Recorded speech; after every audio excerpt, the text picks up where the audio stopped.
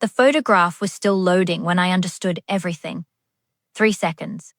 Maybe 4. My sister's name at the top of the message. A hospital room with that particular fluorescent wash that makes everyone look slightly unwell. The kind of light that exists only in places where life is beginning or ending. 2 newborns in matching white blankets. Each one smaller than you expect newborns to be the first time you see them up close. And my husband's hand, a hand I knew. A hand I had held across dinner tables and in waiting rooms, and at his father's graveside 6 years ago, resting on my sister's shoulder with a quiet, settled familiarity that told me more than the image itself ever needed to say out loud. He wasn't looking at the camera, he was looking at her. I set my phone face down on the kitchen counter. The faucet was dripping. It had been dripping for exactly 6 days, and every morning I added call the plumber to my mental list. And every afternoon I forgot it entirely by the time I finished working. I stood at the sink and listened to the drip for a while. The refrigerator hummed its low, indifferent hum. Somewhere outside, a car reversed slowly out of a driveway, paused, and pulled away. The refrigerator kept humming. Then I turned around, walked back to the dining room table, and opened my laptop. Not the client files I had been working on all afternoon. Something else entirely. To understand how I ended up standing at that sink on a Wednesday in March, I need to take you back to the beginning. Not the dramatic beginning, not the first lie or the first secret phone call. The real beginning, the ordinary one, where nothing looked wrong yet, and I had no particular reason to look. My name is Nicole Reeves. I am 41 years old. I work as a senior forensic accountant for a litigation support firm based in Charlotte, North Carolina, a job that requires a specific kind of patience that not everyone has. The work is about reconstructing what people tried to erase, hidden transfers buried inside legitimate transactions. Invoices backdated by 3 days, the paper trail someone was certain had disappeared. I am not the smartest person in any room I walk into, but I am almost certainly the most patient. And in my line of work, patience matters more than brilliance by a significant margin. You have to be willing to sit with numbers that don't quite add up and wait, without frustration, without rushing, until they finally tell you what they're hiding. We lived in Kell, a neighborhood in the southern part of Charlotte, where the streets curve and the houses have front porches that people actually use in the evenings. Ours was a gray Craftsman, with a wide covered porch I loved, and almost never sat on, and a backyard maple tree that turned a genuinely extraordinary red every October for about 5 or 6 days before dropping everything at once, and becoming a problem I had to rake for 2 weekends. The street was quiet, in the way that streets in established neighborhoods tend to be quiet. Dog walkers in the mornings, children on bikes in the late afternoon, a retired couple 2 houses down named the Pattersons, who waved at everything that moved and knew the name of every dog within a 4-block radius. Marcus and I had been married for 7 years when this happened. We met at a dinner party in our late 20s. The intentional kind, where the host seats strangers beside each other, hoping something will catch. Something did. He was warm in a way I had not encountered much before. Not warm in a performed, effortful way, but genuinely so, the kind of warmth that shows up in small things. He remembered what you told him. He laughed at things that were actually funny, rather than at things he was supposed to find funny. He showed up when he said he would, which sounds like a low bar but had not always been my experience. For the first several years, I thought I had simply gotten lucky in the way that most people hope to get lucky, and not everyone does. My sister Daniela, Dani, always Dani. She had stopped answering to her full name sometime around age 12, was 3 years younger than me. We had been close in that particular way of adult sisters who live in the same city and don't need a reason to see each other. She came for dinner on random weeknights. She called on drives. She and Marcus got along easily and naturally, the way you hope the people you love will get along with each other, without effort or performance. She borrowed my grey wool coat once in November, and kept it until March, and I genuinely did not think about it until she showed up one evening and handed it back. And even then, I had to think for a moment to remember when she had taken it. The first time something felt slightly off, I dismissed it in the way that people dismiss small things when they trust the larger picture. I was making dinner, A Tuesday, pasta. Nothing significant. And Marcus was on the phone in the living room. The living room and kitchen in our house were separated by an open archway, and sound traveled through it freely. I was not listening to his call. I was watching a pot and thinking about something at work, but his voice carried, and through the ordinary noise of my own thoughts, I heard him say her name, Dani. He said it the way you say the name of someone you are very comfortable with. No weight to it, no particular care. Just easy and familiar, the way you say the name of someone you speak to often. When he came into the kitchen a few minutes later, I asked, without much thought, who he had been talking to. He said it was a work call. He said it easily, and without hesitation, the way people say true things. I said okay, and went back to the pasta. And that was the end of it. That is the version of myself I have spent the most time sitting with. Afterward, the one who heard something small and let it go because the larger picture looked fine.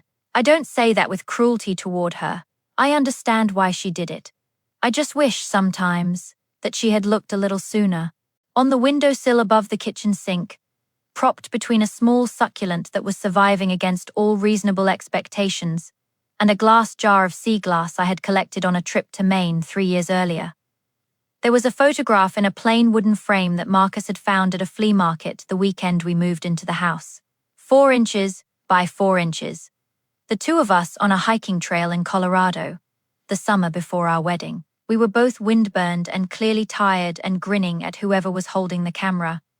A friend of his whose name I could still remember, but whose face had gone slightly blurry in my memory. I walked past that photograph every single morning, while making coffee for 7 years, and had long since stopped actually seeing it. It was just there.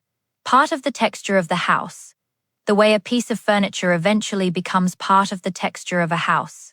The message came on a Wednesday afternoon in early March. At 2:17, I was working from home that day. My laptop was open on the dining room table with 3 client spreadsheets running, and there was a cup of coffee beside it that had gone cold sometime around noon, and that I kept intending to reheat and kept forgetting. My phone was on the table to my left. I kept it face up during work hours in case a client called, and when it buzzed, I saw my sister's name and opened the notification without thinking about it. The way you open a message from your sister without thinking about it, because there is no reason to think about it. She had sent the photograph to our family group chat, not just to me, to the group chat that included our mother and our Aunt Claudia and 3 cousins and a family friend who had been included years ago and never removed. I could see from the small indicators beneath the message that she had deleted it 11 seconds after sending. 11 seconds. But I had already opened the notification. My phone had already loaded the image in full. 2 babies in white blankets. My sister's hospital bracelet on her left wrist. My husband's hand on her shoulder. His face turned toward her, wearing an expression I had seen before.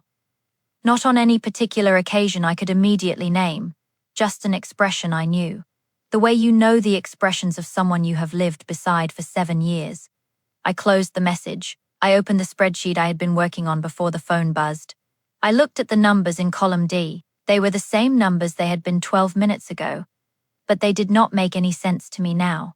I sat there looking at them for approximately 6 minutes. Then I got up from the table and walked to the kitchen and stood at the sink with both hands resting on the edge of the counter. The little framed photograph was right there on the windowsill, same as always. The 2 of us on the Colorado Trail. He had his arm around me. The light was bright behind us, and we were both squinting a little into it and laughing at something. I had never been able to remember what. My phone buzzed on the dining room table. I walked back and looked at it. Marcus. Working late tonight. Don't wait up. Sent 14 minutes after my sister's photograph had appeared and been deleted from the family group chat. I stood there for a moment, holding the phone. Then I typed back. Okay, no problem. Then I set the phone down, closed all 3 client spreadsheets, opened a fresh document, and started writing.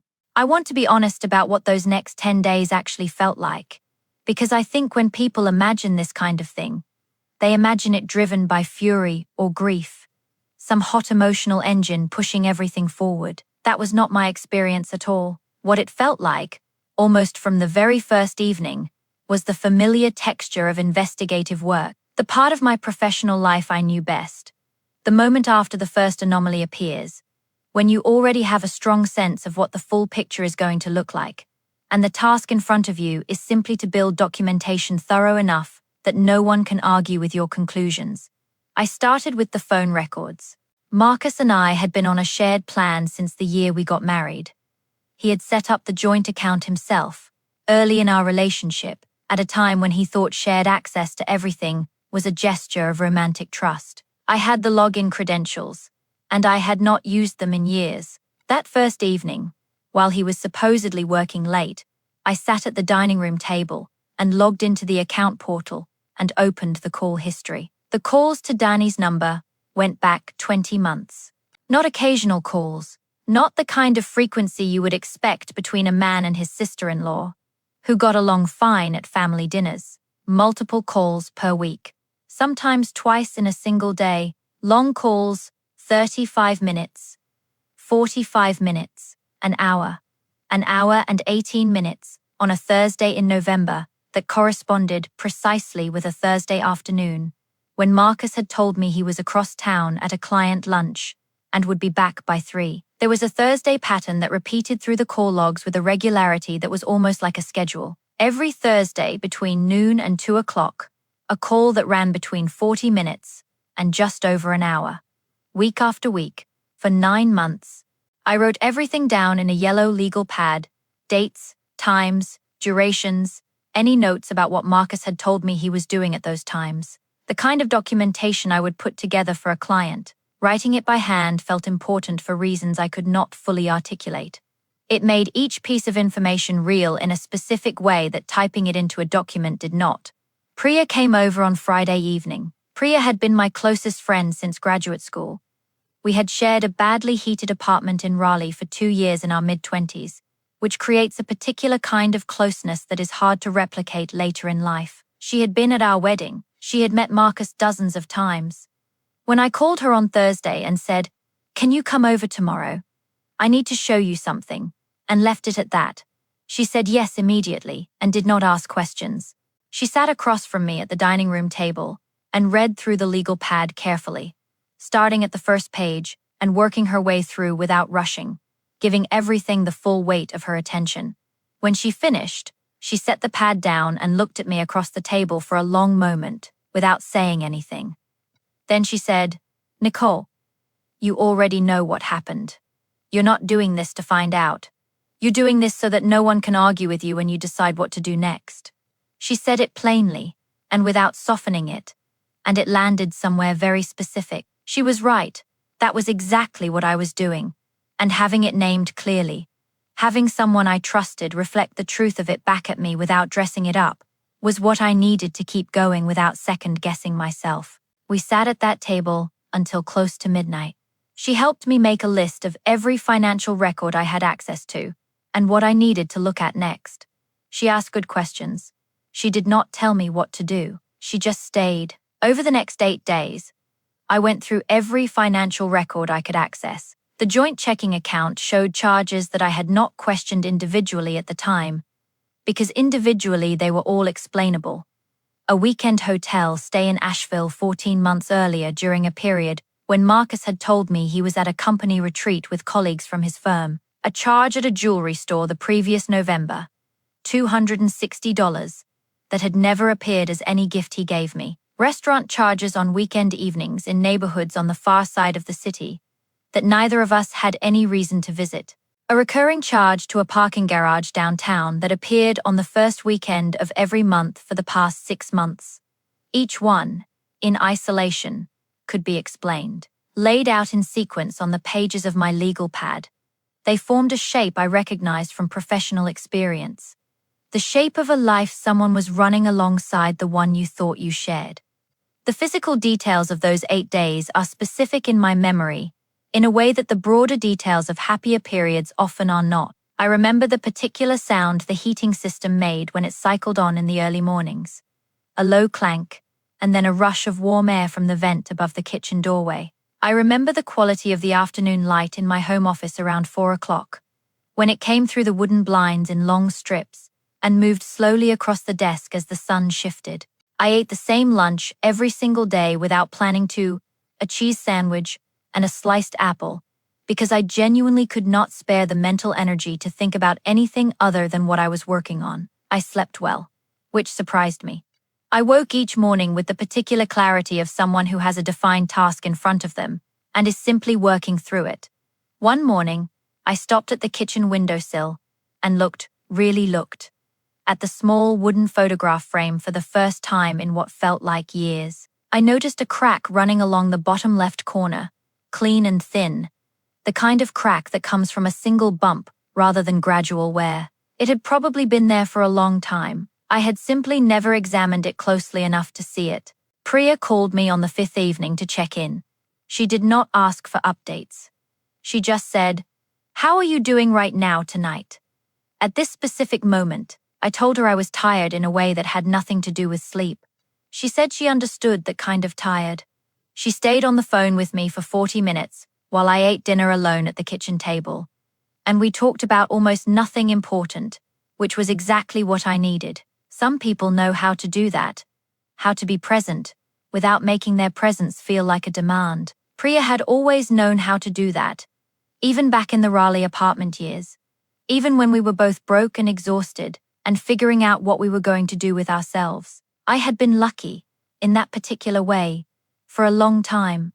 Before I tell you what I found next, tell me, what time is it where you are right now? Where are you watching from? I'm always a little surprised by how far these stories travel, and I'd genuinely like to know.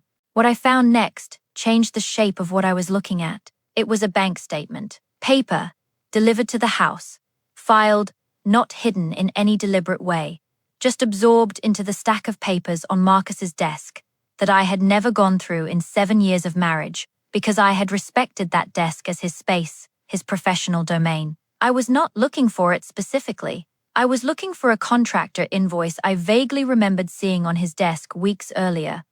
Something related to the back porch repair we had been putting off. I moved a folder. Underneath it was a bank statement from a financial institution we had never used together. The account had been opened 23 months ago. The balance was $43,214. The deposits followed a pattern I recognized immediately from professional work.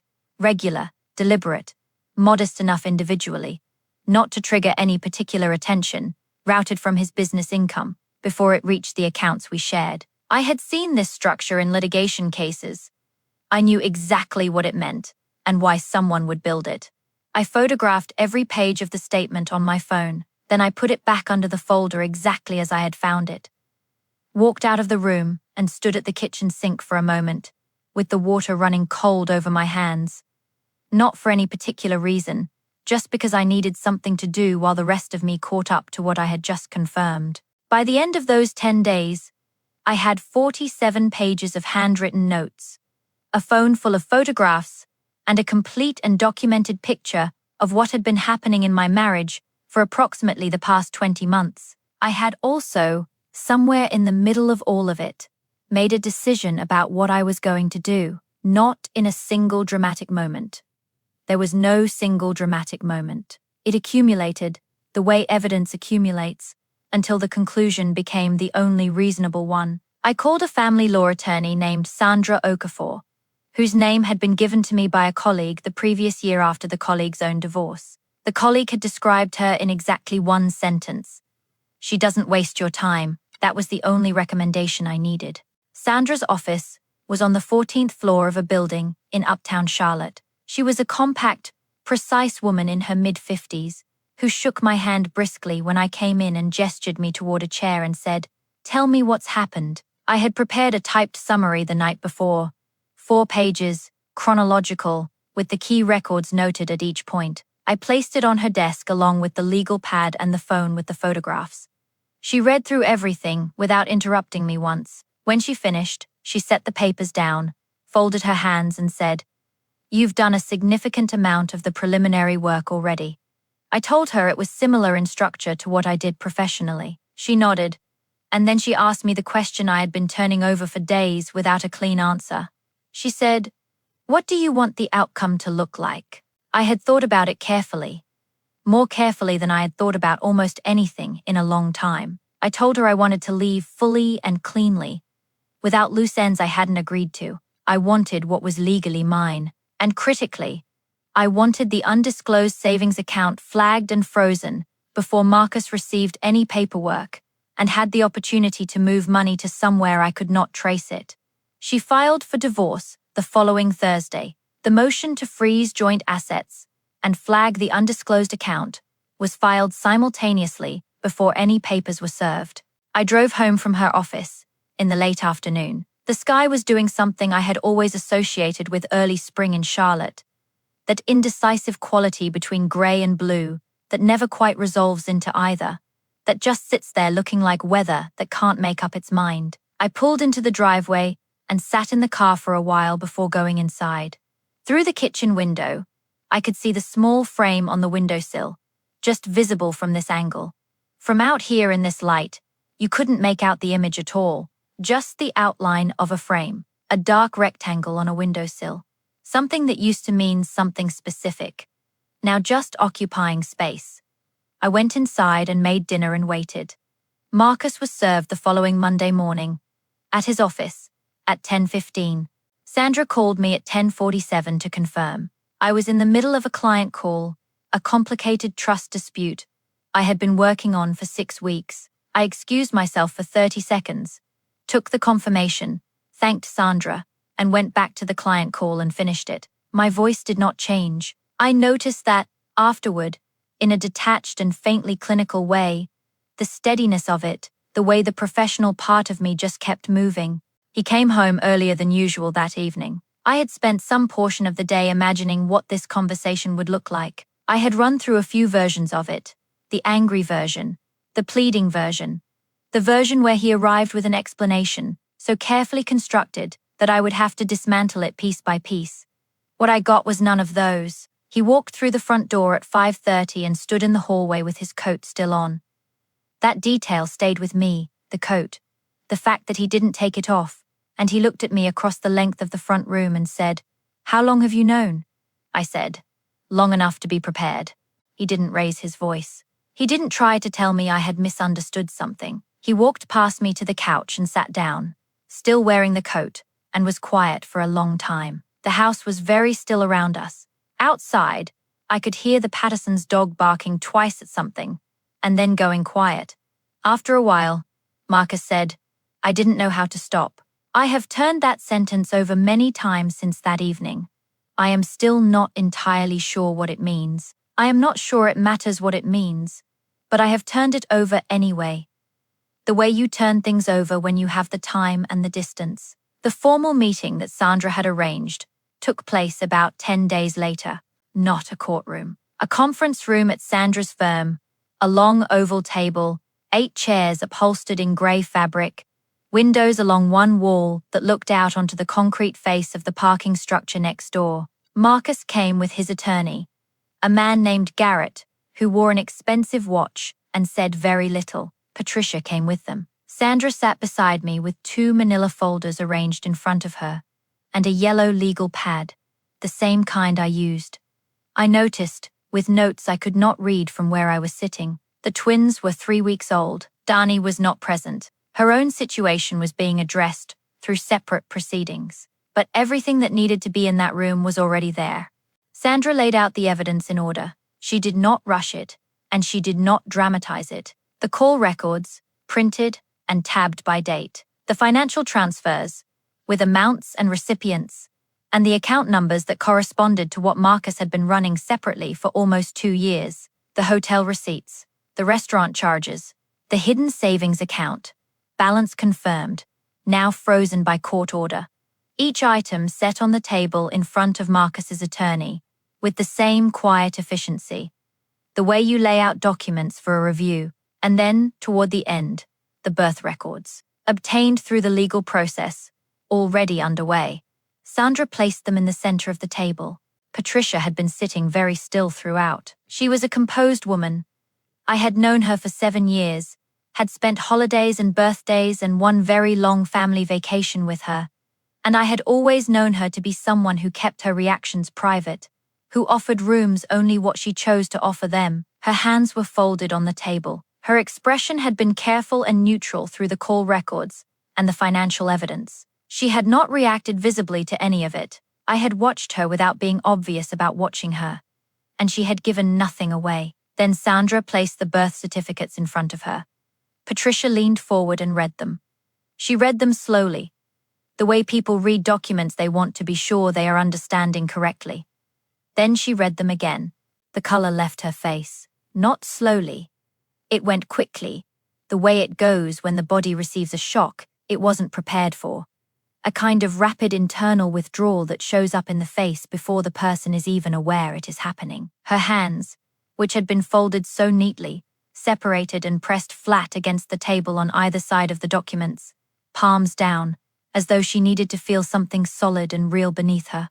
"This is impossible," she said. Her voice was barely audible. She was still looking at the documents. She read them a third time, and then she said it again, more quietly. "This is impossible." Marcus was looking at the table in front of him. Garrett leaned toward him and said something very quiet. Patricia did not appear to hear any of it. After a moment, she raised her eyes from the birth certificates and looked directly across the table at me. Her eyes were wet in a way I had not expected from her, and she said, "My name. Just my name. Nicole." Nothing around it. No sentence containing it. No request attached to it. Just my name, said in a way that carried something inside it. An apology, maybe, or something close to one. The only thing she had available to her in that moment. I did not say anything. There was nothing I needed to add to what was already in front of her. The documents had said what needed to be said. Marcus said, "Mom, I can explain." And Patricia raised one hand without turning to look at him, a clean, definitive gesture, and he stopped mid-sentence. I turned and looked out the window at the parking structure. A woman was crossing the roof level in a grey coat, carrying a tote bag, walking at a normal pace, going somewhere ordinary. A completely normal Tuesday afternoon, happening on the other side of that glass, entirely indifferent to everything in this room. Near the center of the conference table, someone had placed a small potted plant, the generic kind, a pothos, or something similar. The kind of plant that ends up in office common areas, because it is very difficult to kill and requires almost no attention. It had 2 dried leaves curling at the base. I found myself looking at it for a moment, and thinking that it was an odd thing to place in a room where people came to end things, and also that it would be fine. That plants like that survived rooms like this all the time. The divorce was finalized 4 months and 18 days after Sandra filed. The financial settlement was thorough. The hidden savings account was treated as a marital asset, which Sandra had anticipated and built the motion around from the beginning. I will not go through every figure. That is not the point of telling this. The point is that I left the marriage with what was legally mine, with a clean financial picture, and with no ongoing entanglement to Marcus beyond what the court required, and I had explicitly agreed to. He moved out on a Saturday in late April. 4 trips to his car, 2 duffel bags, and several cardboard boxes. I was not at the house. I had arranged to spend the day at Priya's, and she made chai and we sat on her back porch in the thin spring sun and talked about her daughter's upcoming end-of-year concert, and a book she had been slowly working through for the better part of 2 months, and a new bakery near her office that she had cautious opinions about. It was one of the most ordinary afternoons I had experienced in a long time. I was grateful for every unremarkable minute of it. Patricia called in the first week of May. I almost did not answer. When I did, she was quiet for a moment, before she said, "I want you to know that I did not understand how far it had gone." I thought about that before I answered. Then I told her I believed her, and I did. She had known something. I could see it, looking back across 7 years. The occasional careful way she had not quite met my eyes at certain moments.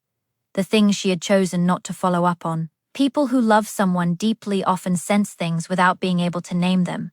And Patricia loved her son in a way that was real and unconditional, which meant she had probably been looking away from certain things for a long time. But the full extent of it, the years of it, the hidden account, the twins.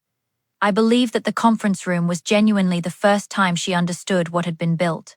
"I'm sorry," she said.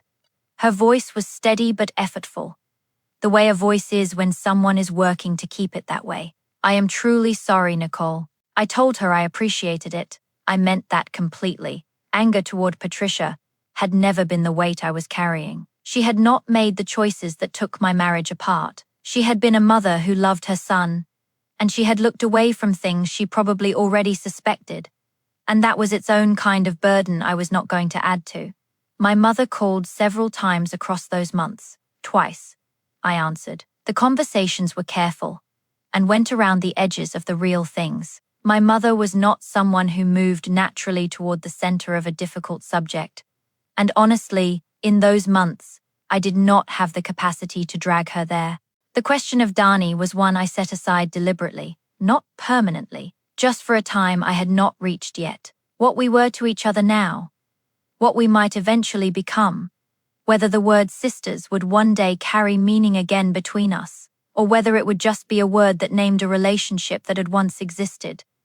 I could not approach that yet. I needed to wait until I had more ground under me. I repainted the living room in May, a pale blue-gray that I had been mentally considering for almost 2 years, but had never done anything about, because Marcus had always preferred the existing color, a warm beige that I had genuinely never liked but had stopped noticing at some point, the way you stop noticing things that have simply always been there. I spent most of one Saturday on it, and bled into Sunday morning finishing the trim. When I finally put down the brush and stood in the middle of the room, I could smell the fresh paint and see the afternoon light coming through the windows and landing on the new walls.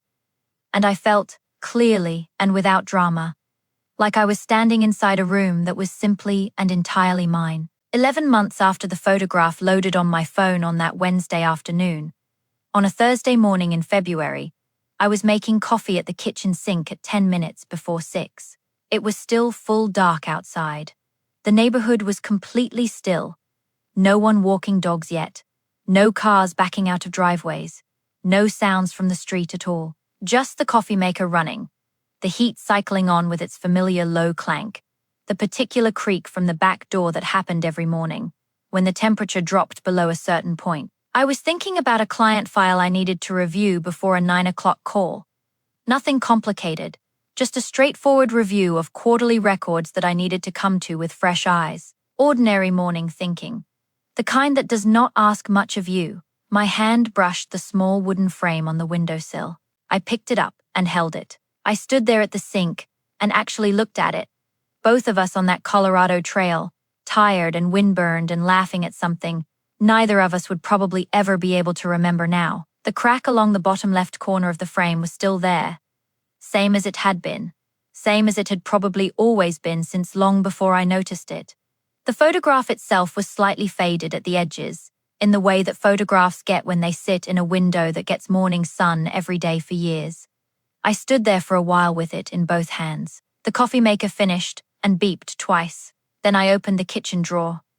The one with the takeout menus and the spare air batteries, and a small assortment of things that didn't belong anywhere specific, but had accumulated there over years.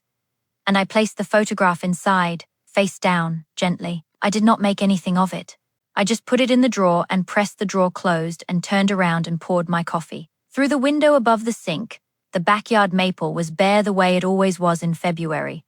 All structure and no cover, every branch and sub-branch visible against the pale grey pre-dawn sky, the whole architecture of the thing exposed. I had watched this tree through 7 years of seasons from this same window, and I knew from experience exactly what was coming, even though there was not yet any visible evidence of it. The buds would start in late March. They always did.